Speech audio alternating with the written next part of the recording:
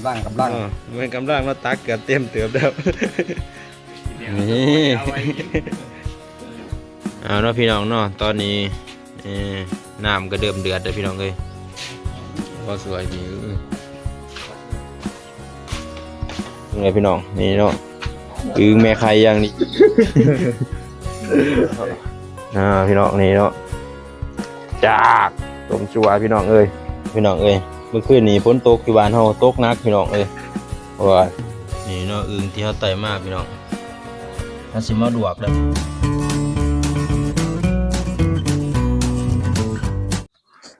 สวัสดีเนาะพี่น้องเนาะวันนี้มาพบกับ2บาน่าแชนแนลกับพี่น้องคลิปนี้สิพาพี่น้องมาเฮ็ดสัวอึ่งเนาะพี่น้องแซ่บๆเหมือนกันเนาะพี่น้องเอ้ยเมื่อคืนนี้ฝนตกที่บ้านเฮาตกหนักพี่น้องเอ้ยว่าหลายๆตัวอยู่พี่น้องแต่ตอนนี้เฮาก็คั่วได้ประมาณครึ่งนึงเลยพี่น้องนี่เนาะแม่ไข่อย่างดีพี่น้องมีของมีไข่อีกเนาะแซ่บๆอาหารบ้านเฮาพี่น้องก็สิได้กินเนาะปีละเทื่อเด้พี่น้องว่าสิได้กินช่วงคันโพนโต๊ะดอกซองก็อาจสิบ่ได้กินอีกเนาะเพราะว่ามันออกแต่ดอกแรกพี่น้องตรงนี้บ้านเฮาก็ตกแห้งเฮ็ดก็สิออกเลยก็สิได้พาพี่น้องเราไปหาเฮ็ดหาฮอนบัดนี้หาดอกไม้บ่ไปสันยอดบ่บ่นพี่น้องเอ้ยตรงนี้แต่แนวอยู่แนวกินเนาะผู้ว่าสวยก็มาเฮ็ดให้กินพี่น้องมื้อนี้เนี่ยสิเว้าแน่บ่เนาะผู้ว่าเนาะจักสิว่าอะไรซะบ่เนาะพี่น้องบ่ว่าหลายได้ห่างเนาะนี่ตอนนี้เฮาก็สีกเห็นเป็นชิ้นๆนี่เนาะมาเบิ่งผู้ว่าเพิ่นเฮ็ดพี่เนี่ยสีกเป็นชิ้นเป็นอันพี่น้องเพื่อสิได้กินง่ายเพิ่นว่าบางตัวก็มีไข่เนาะบางตัวก็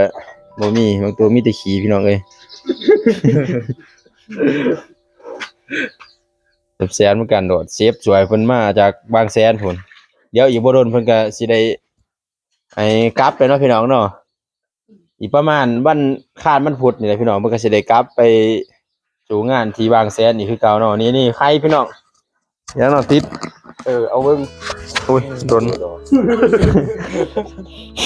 ดึงแม่ก่อนพี่น้องตัวนี้ตัวสุดท้ายเนาะไข่พี่เบิ่งนี่เห็นอยู่บ่ตะกล้องโอ้ได้พุ่นน่ะมือได้พุ่นว่าโอ้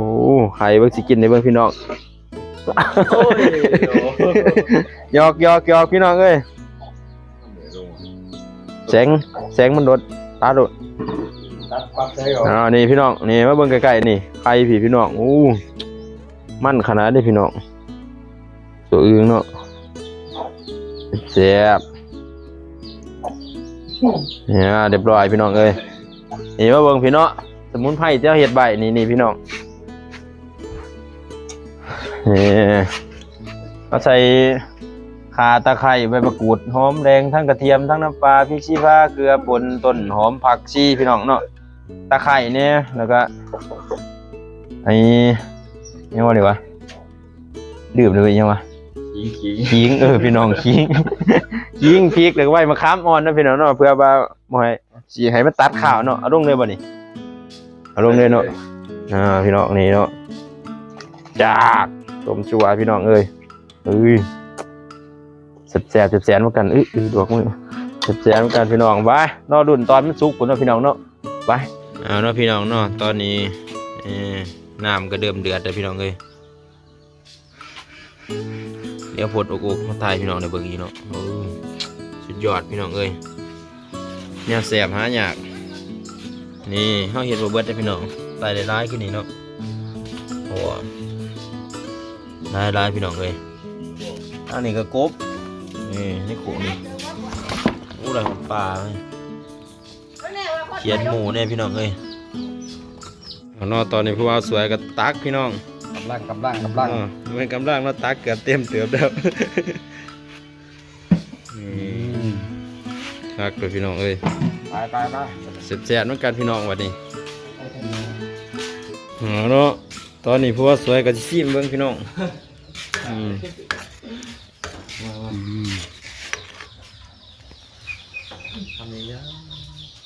แซ่บๆเหมือนกันนะที่เป็นจะได้รสชาติครับแซ่บๆพี่น้องเขาก็จะกินด้วยกันเนาะวันนี้เนาะ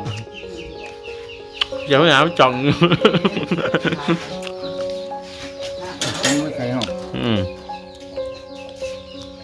แ แซ่บเหมือนกันพี่น้องเอ้ยบ่แม่นจดแต่น้ำเนาะรสชาติ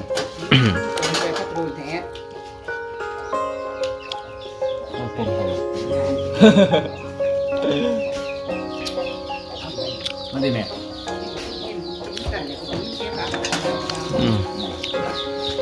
แซ่บพี่น้องเนาะจะกินไปก่อนพี่น้องเอ้ยกินเขา แซ่บเหมือนกันพี่น้องนี่วางแอดกับสิตักใหม่เนาะ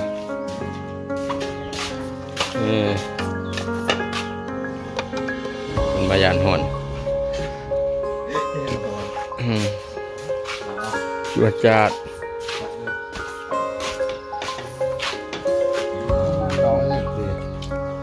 จอง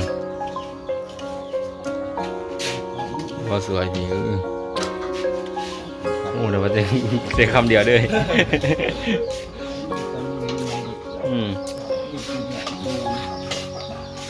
แซ่บพี่น้องเอ้ย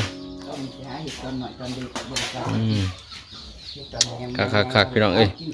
คลิปนี้ก็สิมีเส้นนี้เนาะฝากเป็นกำลังใจในพี่น้องเอ้ยเสืออึ้งเฮา ให้มดตัวไปทางนั้นเนาะ บรรยากาศดีพี่น้องวันนี้ฝนตกเด้อเนาะ ไทยเดี๋ยวเขาไทยดู